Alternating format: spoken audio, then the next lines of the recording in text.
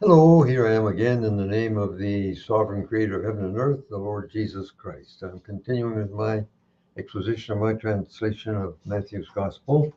We have come to chapter 26 and verse 31, where Jesus will predict Peter's denials. I'll read only 31 through 35. Then Jesus says to them, "All of you will be caused to stumble because of me this night, for it is written, I will strike the shepherd, and the sheep of the flock will be scattered. But after I am raised, I will go before you to Galilee." Peter answered and said to him, "Even if everyone else is caused to stumble because of you, I will never be caused to stumble." Jesus said to him, "Assuredly, I say to you that this night, before any rooster crows, you will deny me 3 times." Peter says to him, "Even if I have to die with you, I will not deny you." And all the other disciples said the same. Now, the business of Peter's denials is quite complicated. I have a long article, it's at least 12 pages, I think. It's in several places. You can find it in the appendix of my translation, Sovereign Creator's Book. It's also in Identity 4. So you can also get it from my website, French.org. I won't persecute you with 12 pages about Peter. But what you need to, I'll just tell you quickly here that each of the 4 Gospels registers a warning. The first warning where Jesus warns Peter that Peter will deny him, Jesus. The first one is in John, and it happened toward the beginning of what went on in the upper room last night. Luke gives you the second warning, and it's clearly a different context, a different business, and the actual terms are very different. That was toward the end of what happened up there in the upper room. Matthew and Mark happened one right after another, bang, bang, all part of the same conversation. They are now out of the upper room. They are now on the path going toward Gethsemane. So obviously, what we have here has to be different from what is in John and Luke, because John and Luke happened up there in the upper room. This happens on the path going toward Gethsemane.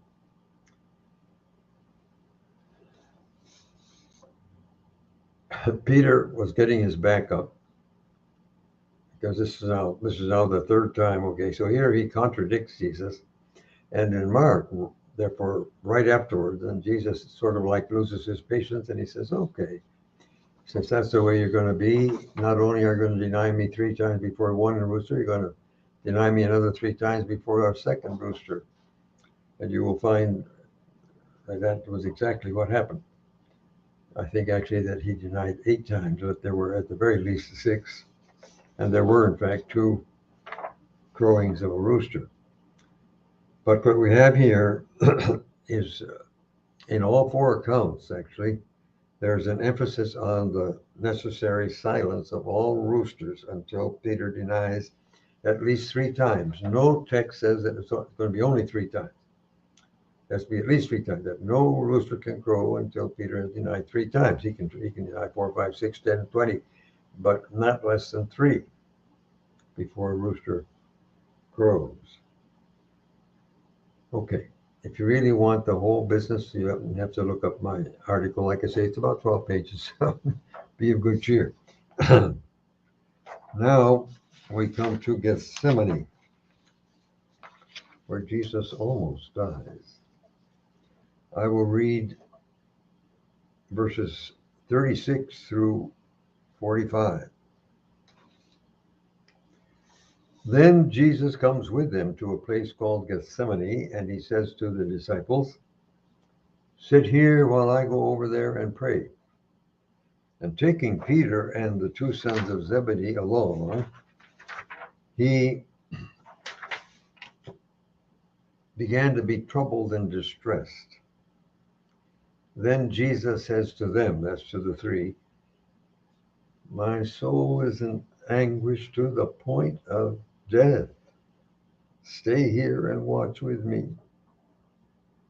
And going a little farther, he fell on his face and prayed, saying, My Father, if it is possible, let this cup pass me by. Nevertheless, not as I wish, but as you do. Then he comes to the disciples and finds them sleeping, and he says to Peter, So, you were not able to watch with me 1 hour. Watch and pray so that you do not enter into temptation. The spirit on its part is willing, but the flesh is weak. And going away a second time, he prayed, saying, My Father, if this cup cannot pass from me unless I drink it, let your will be done. And coming, he finds them sleeping again, because their eyes had been weighted down, or weighed down, I should have said. So leaving them again, he went away and prayed a third time, saying the same thing. Then he comes to his disciples and says to them, Sleep some more, take your rest. Actually, the hour is here, and the Son of the Man is being betrayed into sinners' hands. Get up, let's go. Behold my betrayer. For the moment.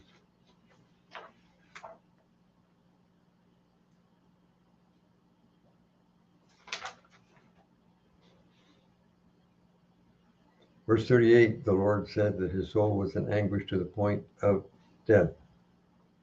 I take it that it was there in Gethsemane that the Lord Jesus faced the full implications of the cross. That he would be made sin, he would be separated from the Father. And the anguish of soul was so terrible that he almost died. Luke 22:44 records that Jesus sweat blood, great drops of it falling to the ground. That is a rare physical condition, and it is usually fatal. When that you do that, you usually die. Verse 43 in Luke records that an angel from heaven strengthened him. I believe Hebrews 5:7 refers to this moment. That says that Jesus cried out to be delivered from a premature death in the garden. He had to get to the cross, and the Father sent an angel to strengthen him. You go there in Hebrews, it says that he asked to be delivered and he was heard. Well, of course, that cannot refer to the cross because he died on the cross. It refers, I believe, exactly to what happened here in the Garden of Gethsemane. He almost died, and he didn't want to die there because he had to get to the cross, and that's how come he cried out, Help! I wasn't there, but and the Father, of course, sent an angel to make sure that he came through it.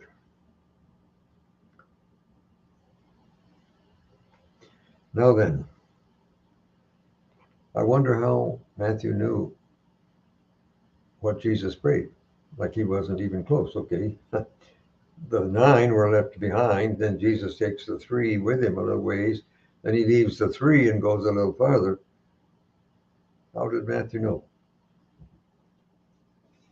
In Luke 22, it talks about a stone throw, 22:41, but we're not sure from which group it was. But in any case, maybe the 3 were within earshot, but they were asleep. So how could they hear while they were asleep? Well, obviously, either Jesus told them after his resurrection, or there was divine revelation directly to Matthew. I don't know, whatever it was. And how could they know about the blood? They're asleep. So how obviously there was revelation somewhere along the line. Now, there seems to be, the first prayer is really desperate. Just Papa, let this cup pass me by, please, but not what I will. You want. The second prayer, he looks like he's getting control. Okay, he's less desperate, if I can use that expression. Verse 28, if this cup cannot pass unless I drink it, your will be okay. He's coming around, okay. We don't know what he said exactly on the third. 3 times. We don't know if he spent an hour each time. Sometime. Verse 43 says that their eyes were weighed down. That is the disciples. It's a paraphrastic pluperfect, but it's in the passive voice. The eyes had been weighed down. The implication is that there was supernatural involvement in that situation. Just as Jesus had to face the devil all by himself in the wilderness when he was tested, I take it that Jesus had to go through this particular moment all by himself as well. Even the 3 who were right nearby, but their eyes were weighted down, they spent more time sleeping than anything else.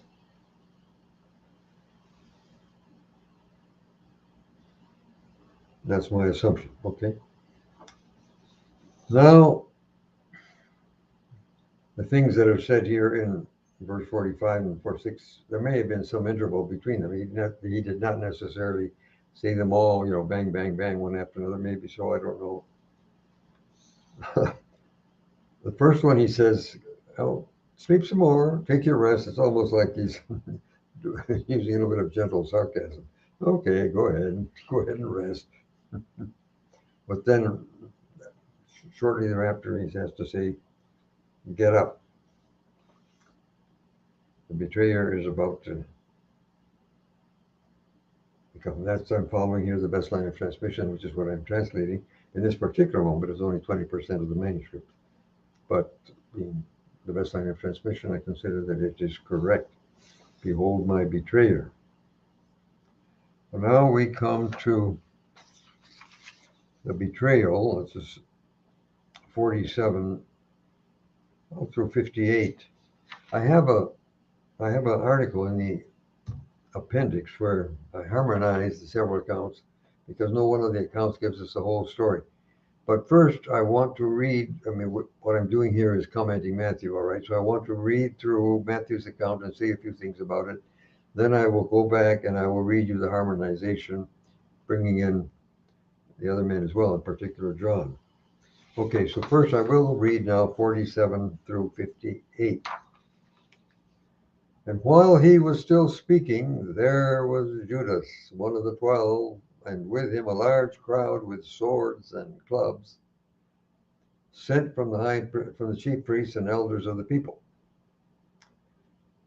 Parenthesis, now his betrayer had given them a sign, saying, whomever I kiss, it is he, take him, close parenthesis.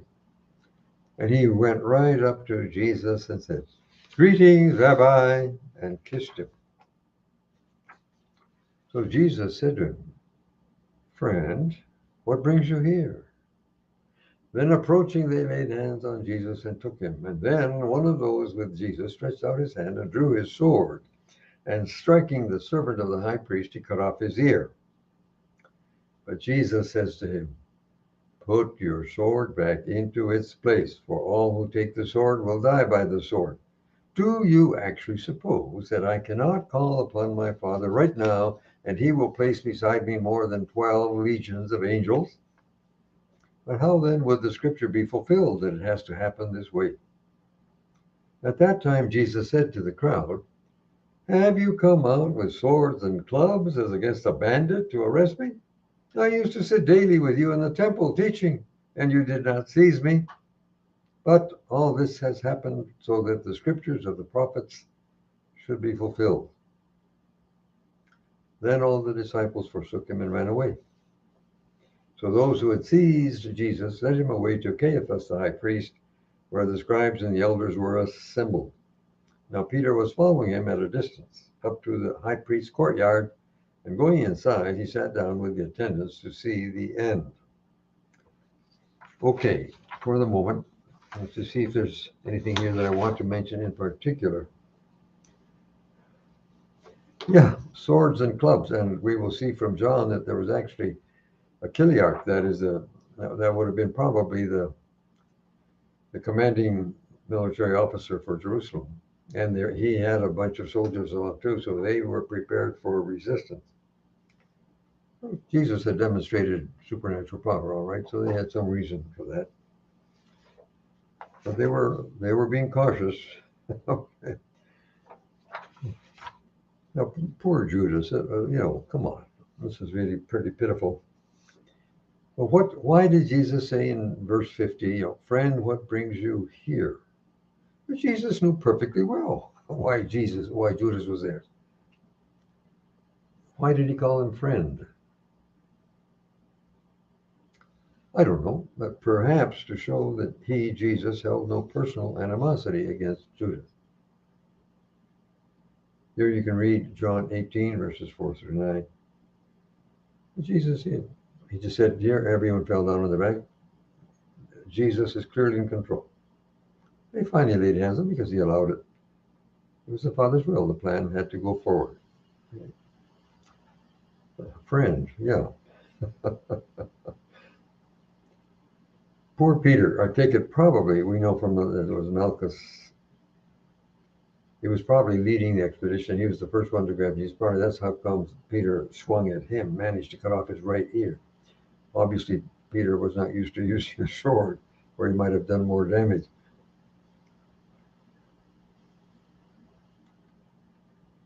The text says the servant, so probably he was in charge. But you see I'll read Harmonization, we'll see Jesus heals the ear and so on, but notice what it says here. Jesus said, hey, come on, what's your problem? I could call for 12 legions. You know how many? That's 36,000 angels. You think they could maybe they could have handled the situation? 36,000 angels? Yeah, right. Probably they could have handled it. Hey, Peter, calm down. Nothing is out of control here. If I had to, I could call for you. No. But the plan had to go forward. The Father's will had to be done. 36,000 angels. Yeah, right. So Jesus said, come on, yeah, I was with you every day in the temple. You never touched me yet. Of course, they couldn't. This was God's time. We're going to see in Harmonization, he says this is Satan's hour. Okay. I just wanted to catch a few things there. Now, I will now go and give you the Harmonization. And this will take everything that's said in all four Gospels about what happened here. And it's a good two pages of fine print, perhaps. So I'm going to give it to you in the chronological sequence, I believe. First, the crowd arrives. Okay, that's in Matthew 26:47, Mark 14:43, Luke 22:47, and John 18:3. The four accounts simply state the fact. Luke emphasizes that Judas was leading them. That's implied by John. Luke says so. Judas was leading them because he knew where they would be, okay? Number two, Jesus knocks them down. That's only in John 18:4 through 9. Now, I take this to be, if you like, a cyst of supernatural intervention to make clear that the Father had not lost control of the proceedings. I say cyst because then the crowd carries on as if nothing had happened. Well, a person delivered from demonic control often does not remember what he did while under that control.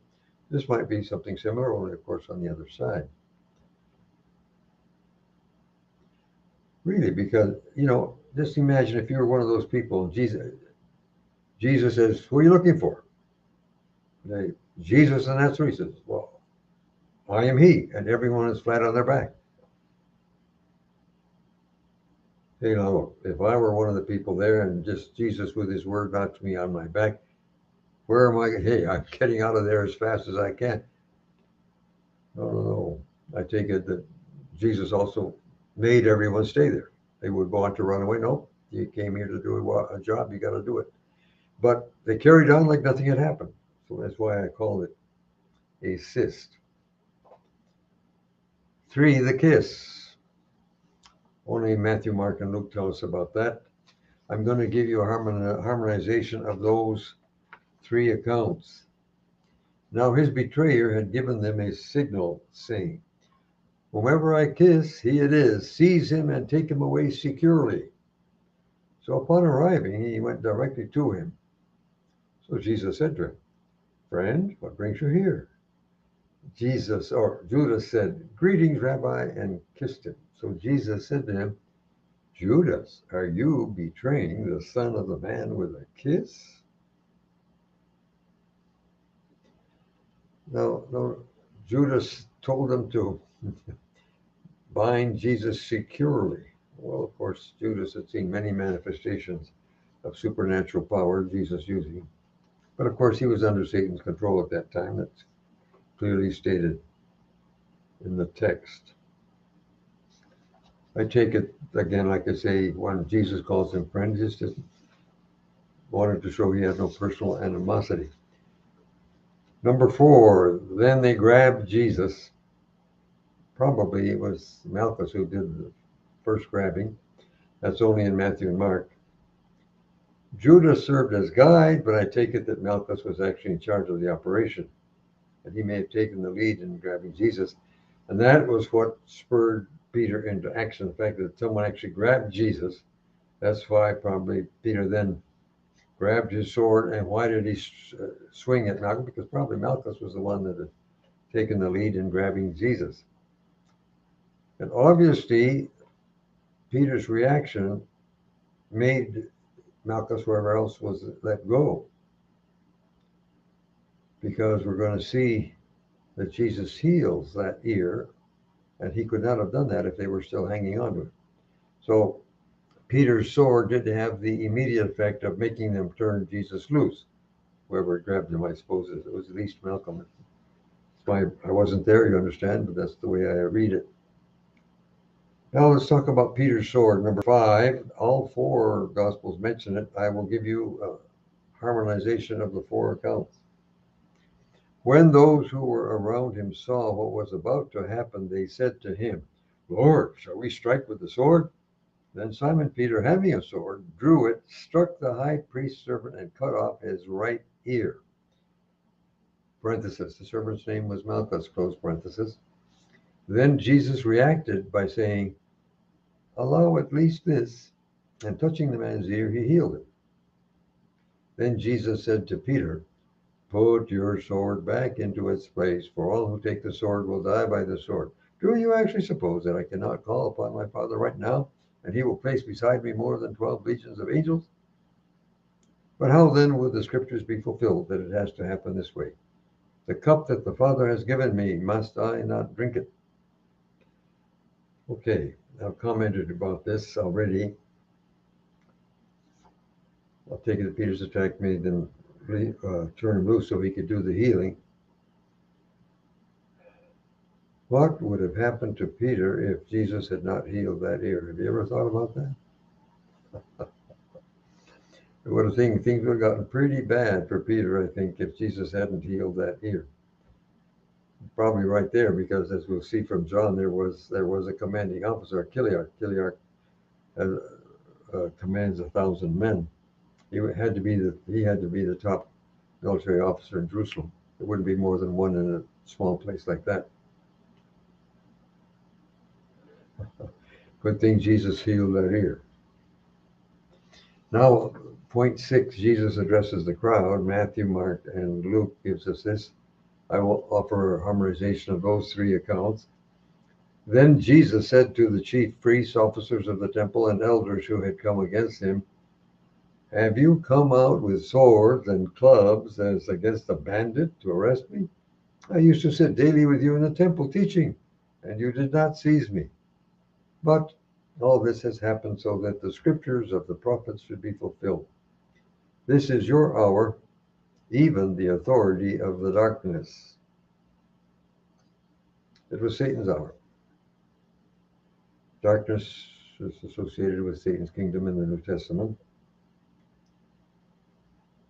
Your hour, Jesus says that to them, your hour, this means that they were part of Satan's kingdom, as in fact they were. Albeit at that moment, they were simply carrying out the Father's plan.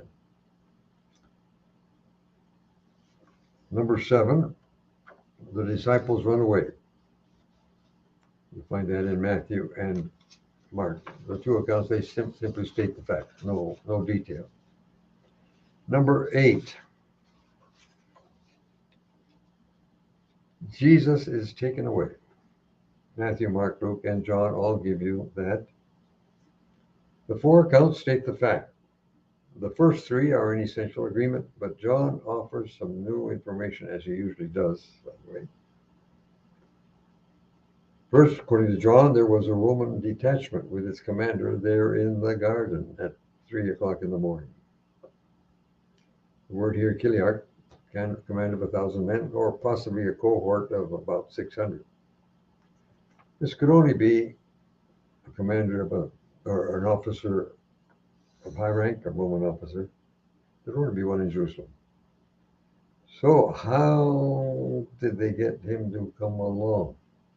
How do you get the commanding officer to go to something on a wild goose chase like that at 3 o'clock in the morning?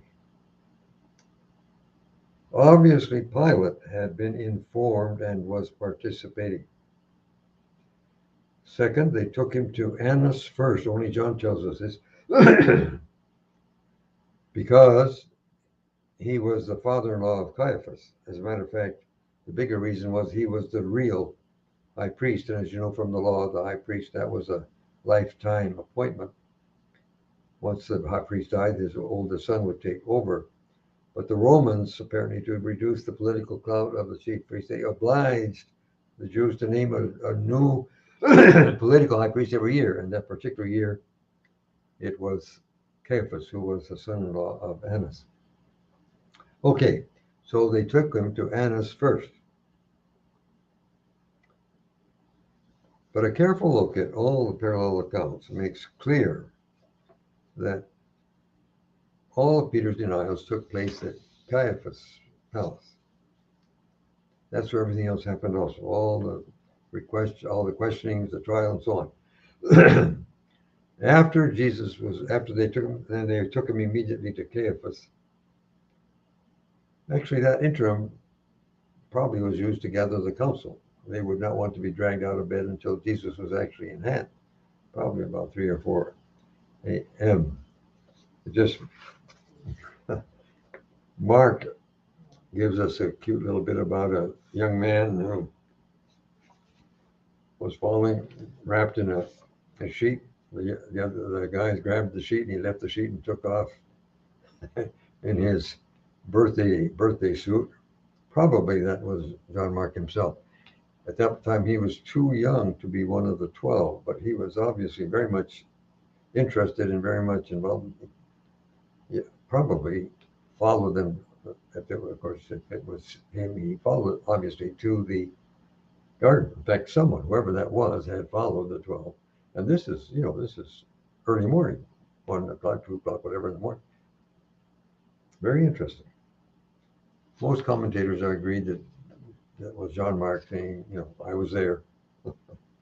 Who else would know about that, actually? Okay, that was what I wanted to read about the betrayal and arrest. Now we come back to John's Gospel, or Matthew, sorry, excuse me, where Jesus is going to be tried by the council. I will read now verses 59 through 68. We're still in chapter 26 of Matthew. The chief priests and the elders, excuse me, hear me. In fact, the whole council kept looking for false witnesses against Jesus so that they could put him to death, but did not find any. Even though many false witnesses came forward, they did not find any. But at last, 2 false witnesses came forward and said, quote, this fellow said, I am able to destroy the temple of God and to rebuild it in 3 days. And standing up, the high priest said to him, "Do you answer nothing? What is it that these men are testifying against you?" But Jesus kept silent. So reacting, the high priest said to him, "I put you under oath by the living God, so that you tell us if you are the Messiah, the Son of God." Jesus says to him, "You said it. Furthermore, I tell you, hereafter you will see the Son of the Man sitting at the power's right and coming on the clouds of heaven." Then the high priest tore his clothes, saying, "He has blasphemed. Why do we still need witnesses? See, now you have heard his blasphemy. What do you think?" So in answer, they said, "He deserves death." Then they spat in his face and punched him, while others slapped him, saying, "Messiah, prophesy to us. Who is the one who hit you?" For the moment, let's go back and see what we have here.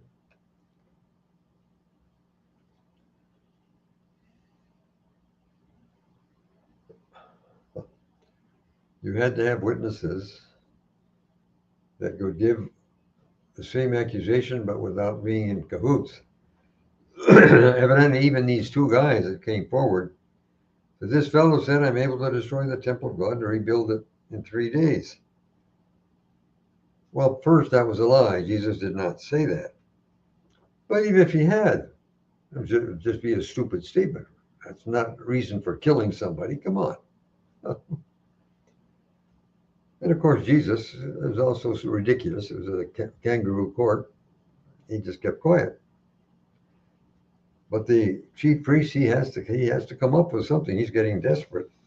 He says, "Aren't you going to answer? Come on, please say something."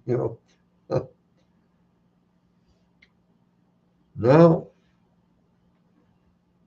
in verse 63, the chief priest gets illegal. What he did was against the law, and it was cowardly.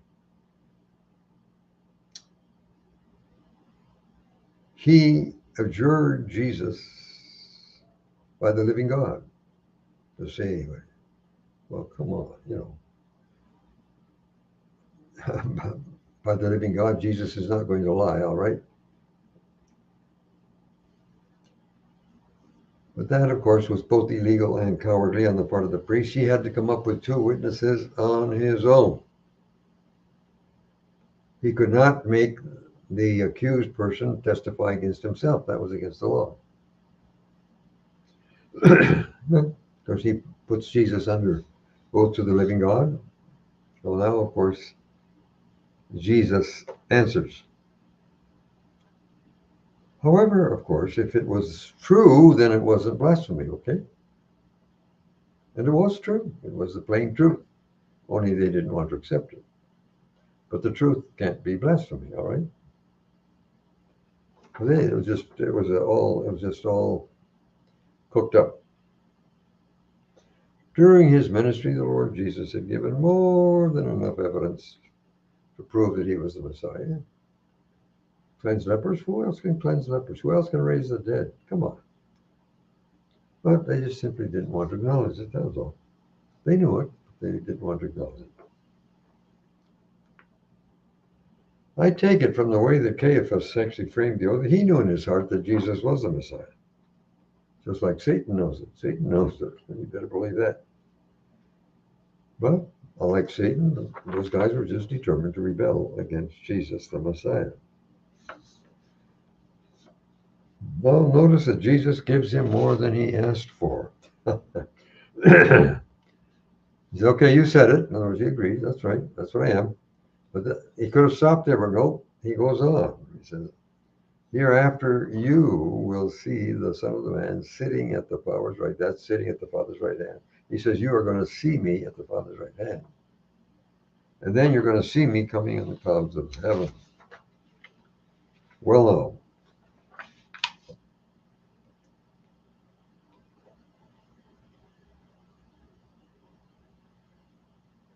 Let me just read Revelation 1:7 before I forget it. Revelation 1:7.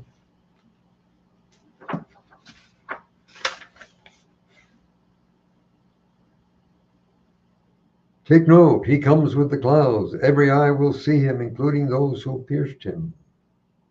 And all the tribes of the earth will beat their breasts in dismay because of him. Yes, indeed. Including those who pierced him. Have you ever thought about that? The soldier who pierced him and people who were agreeing with it, where are they? Well, they're in Hades. They're awaiting the final judgment.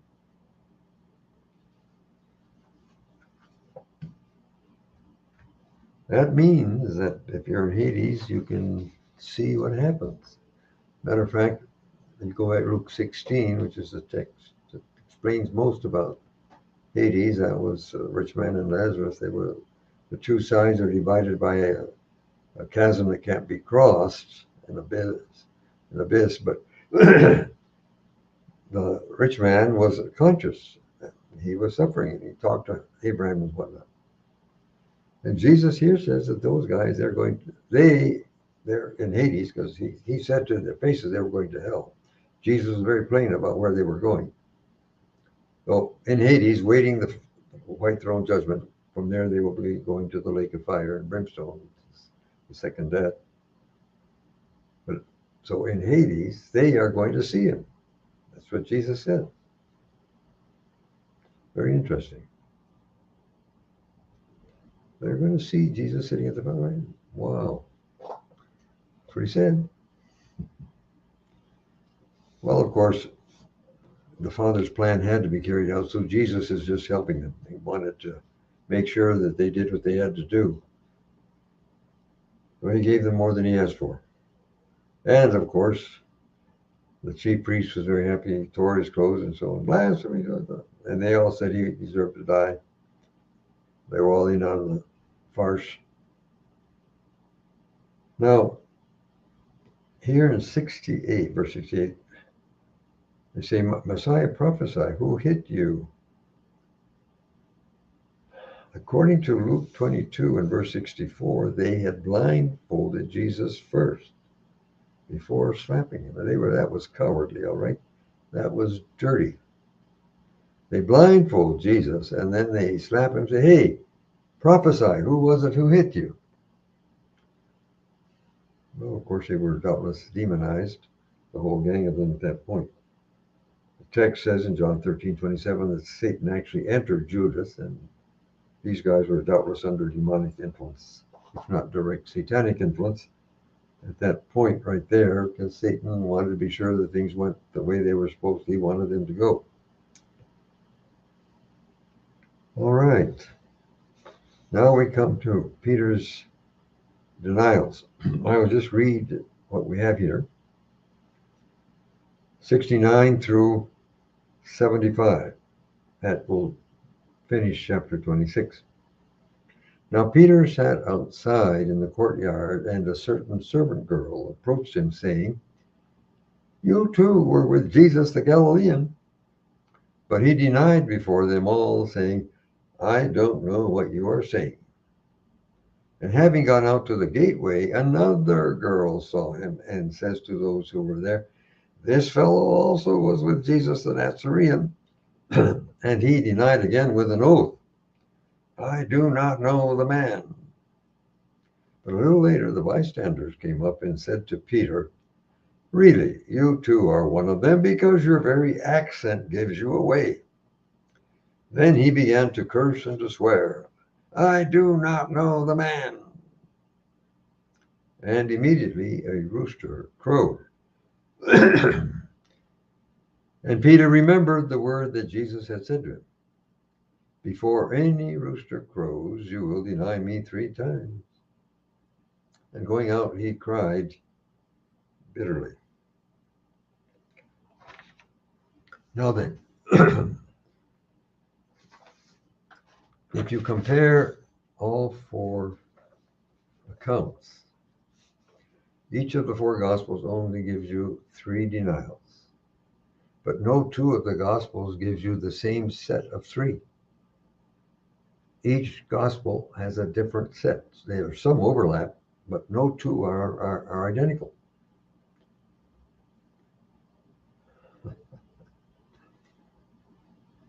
And of course, the enemies of the Bible have had a great time with this all down through time. They're throwing this in our faces. Oh, ha ha ha! This is obvious contradiction in the Bible. It can't be God's word, so on and so on. Well, I say that it's exactly like the text says. There was no contradiction whatsoever. Jesus warned Peter once at the beginning of the upper room in John, then toward the end he warns him again in Luke. After they've left, then on the path to the garden, he warns Peter again, but Peter keeps getting more insolent. He's now contradicting Jesus to his face. And finally, in Mark, Jesus says, okay, you're going to deny me 3 times before a rooster crows twice. Each of the 4 Gospels is entirely consistent within itself. I've demonstrated that in that article. Mitch can go there and read it.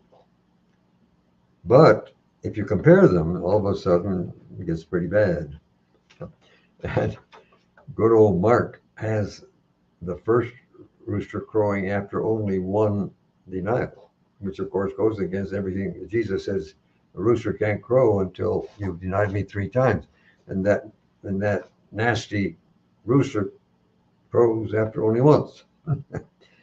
But of course, if you read Mark by itself, he's perfectly consistent within itself. Now then, I'll just give it to you very briefly. If you check who provoked the denial, when it was, where it was, and just how was the language both ways, and then the rooster. With gymnastics, you can get it down to 6. I think there were actually 8. You can squirm and wiggle and get it down to 6. But there's no way you can get it down to 3. And of course, you don't want to, because there had to be 3 before each of the rooster crows. I don't know what's the matter with my voice tonight. John gives us 3, and John gives us 3 that no one else does. The first one, obviously, was at the outside gate. John was known, everyone knew him, so the girl lets him in, but stops Peter. And John notices that Peter has been blocked, and so John goes back and talks to the girl. And so he's a good guy, let him in. And so she acts perfectly normal, no malice. Oh, so you're one of his disciples too, are you? And he denied, I'm not. Now that he's with the guards and whatnot around the fire. Okay, it's 3 o'clock in the morning. It's winter, all right. It's cold. There's a fire. So they're around there, and then good old Peter just joins the guards around the fire. So the gang is up. There's a window there, and we know that Jesus was in the window with his back to the window, because later on he's going to turn around and stare at Peter. So Jesus is in the window, but he's facing, of course, the chief priest who's on the other side. But there are probably 50 people in there, and so, of course, the chief priest is projecting his voice. So the guys out here are hearing everything that the chief priest is saying. He's questioning Jesus about his disciple. So they, perfectly normal, they say, hey, might you be one of his disciples? No malice here, it's just a natural question, deriving from the questioning up above there. And he says, nope, I'm not. This is just a very dry reply. And the third one in John is a relative of Malchus who had his ear chopped off. And he says, didn't I see you in the garden? Okay, it starts getting uncomfortable. But Jesus, he denied, and then a cock crew immediately. So there were three before the first, if in fact John has the first crowing, which I think he does. But anyway, there were three. So I take it that I now go to Luke. First one, it was a was a servant girl. She simply, up to now, the first three were just questioning, asking. Now we have affirmations. This servant girl, she affirms to the people that he was one of them, and he says, "Woman, I don't know him." A little while later, we don't know, the woman who receives at the fire, a man, according to Luke, he says to Peter, "Hey, you are one of them," and he says, "Man, I'm not." And then in Luke, we have another man, a different man, but an hour later, and he says, he affirms, you've got to be because of your accent, and so on. And of course, immediately then after the three rooster crows. In Matthew, we have, as we've seen, a servant girl at the fire and so on. She says to Peter, "You are," so he died. Then, according to Matthew, a different servant girl, but now out near the gateway, a little bit later. And then later, the gang up on him and so on.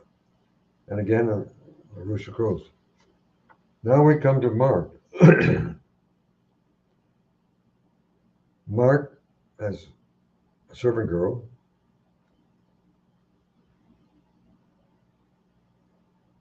At the fire pit. Then Peter says, no, then he goes out to the gateway. The same girl follows him. You know, there's some nasty people. The same girl followed him and said again to the people, hey, this guy is one of them. And then the third one in Mark, the gang, so on. And then, of course, the second rooster. I take it that the first two in John and the first one in Luke, Matthew, and Mark, those are all the same. The first one in Luke, Matthew, and Mark. And then the relative of Malchus, I take it that those four happened before the first rooster.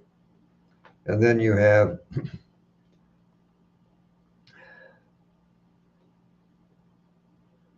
would have in Mark, the same girl, that would be number 5. Luke, the one man, that would be number 6. Matthew, a different servant girl, that would be number 7. And finally, the gang, number 8. Anyway, you can get it down to 6, but you cannot get it down to 3. And I think, as a matter of fact, Jesus never said only 3, at least 3. If you want the whole bit, you'll just go to one of those places. Like I say, I have about a 12-page article.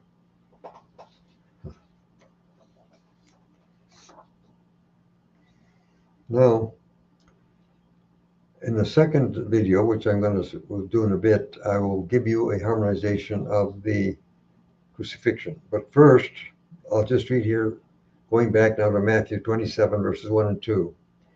When early morning came, all the chief priests and elders plotted against Jesus to kill him, and having bound him, they went and handed him over to Pontius Pilate, the governor. Okay, so now Jesus is in the hands of Pilate. But here we have a parenthetical business, the end of Judas, and this occupies verses 3 through 10. I'll read what we have here, and I'll read you a bit of a harmonization with what is also in what's in Acts. Yes, Acts is the one that gives the other one. Okay, then Judas, his betrayer, seeing that he had been condemned, felt regret and returned the 30 silver coins to the chief priests and elders, saying, I sinned by betraying innocent blood. But they said, what do we care? It's your problem. So throwing the silver down in the sanctuary, he left and went and hanged himself. Then the chief priest took the coins and said, it isn't lawful to put them into the treasury, being blood money.